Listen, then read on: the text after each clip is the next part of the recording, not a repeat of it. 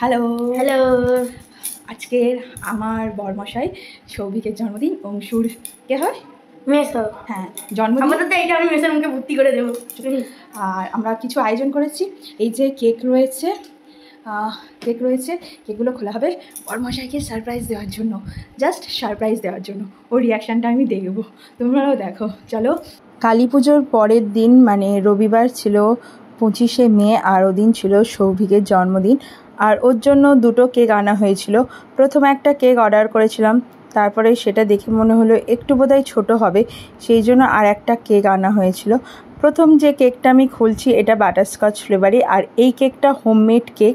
এটা আমি অর্ডার করেছিলাম তনয়া দাস ঘোষ দিদিভাইয়ের কাছ থেকে, ডায়মন্ড হারবারের থানার কাছে ওনার বাড়ি। তোমরা যদি কোনো কেক অর্ডার করতে চাও ওনার কাছ থেকে অবশ্যই নিতে পারো। আমার সাজেশন, খুব ভালো কেক উনি বানান, টেস্টও যেমন খুব সুন্দর।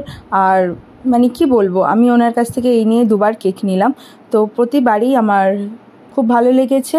আর ওই যে বললাম প্রথম কেকটা নেওয়ার পরে মনে হলো যেন ছোট হয়ে যাচ্ছে, সেই জন্য আর একটা কেক নিয়ে এসেছিলাম।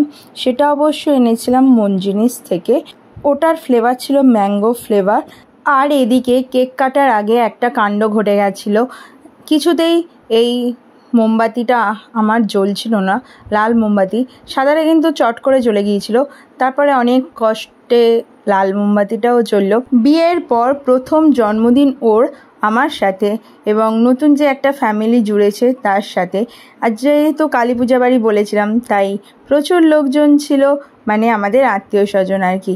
দেখো, যার জন্মদিন সে যতটা না বেশি এক্সাইটেড, তার চেয়েও বেশি কিন্তু আমার মধ্যে এক্সাইটমেন্ট দেখা গেছে। সৌভিক মজা ভালোবাসে না একদমই নয়, তবে ও কি বলতো, উপর থেকে যতটা গম্ভীর দেখায় ভিতর থেকে কিন্তু ও ততটাই সফট। ওই যে বললাম, বোঝায় না কাউকে। তবে হ্যাঁ, আমার মতো অতটাও ও লাফানো নেই যতটা আমি ছটফট করি বা লাফাই। চলো এবার কেক কাটার পালা, অনেক গল্প হলো। সৌভিক চট করে কেকটা কেটে নিক। আর এই যে ক্যামেরা করছে সেটা হচ্ছে আমার পিস্তত ছোট ভাই। গল্পে গল্পে কিন্তু মা বাপিও চলে এলো। টান তো আগে থেকেই ছিল, আর বাকিরাও সঙ্গে সঙ্গে চলে এসেছিলো। আসলে কি বলতো, আমার মধ্যেই পাগলামিটা রয়েছে। কেক কাটার সময় আশেপাশে একটু বাড়ির লোক না থাকলে যেন কেক কেটে আনন্দ হয় না। আমি ওর পাশে যাব না বলছিলাম, বিছানায় বসেছিলাম কি সুন্দর ভালো করে, ওটা ওর পছন্দ হলো না, ও আমাকে ডেকে নিল ওর পাশে। মজা করছিলাম আর কি। Happy birthday to you, happy birthday to dear জামাই বাবু, হ্যাপি বার্থডে টু ইউ, শুভ জন্মদিন to you, happy birthday to. সবার থেকে লাস্টে আমি মেসের ভর্তি করব, এখন বাবা দিচ্ছি না।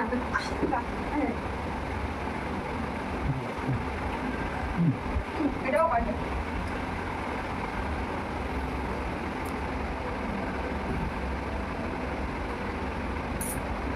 এটাও কেন না, দুটো কেক আনা হয়েছে। Happy birthday to you, happy birthday to you, happy birthday my dear জামাই বাবু, হ্যাপি বার্থডে।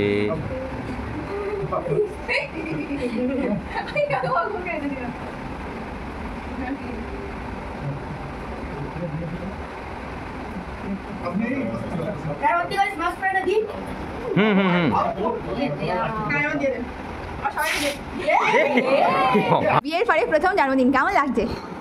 কেমন ফিলিংস হচ্ছে? হাসলে হবে না, বলতে হবে। দেখো, আয়োজন যেটুকুনি পেরেছি করেছি। আর এইগুলো আর খাবারের আয়োজন কেমন, খেয়ে তো বলতে হবে। ঠিক আছে, খাওয়া স্টার্ট করো। হ্যাপি বার্থডে আরেকবার। না, আমি দিচ্ছি। হাই, একটা মিস্টেক হয়ে গেছে, জন্মদিন ছিল আর এই যে গিফট বানিয়েছিলাম সেটা দেওয়া হয়নি, তো আজকে জন্মদিন দিচ্ছি, দেখি ওর কেমন রিয়াকশান। সব কিছু দিয়েছি, তোমার গিফটটাই দিইনি আমি।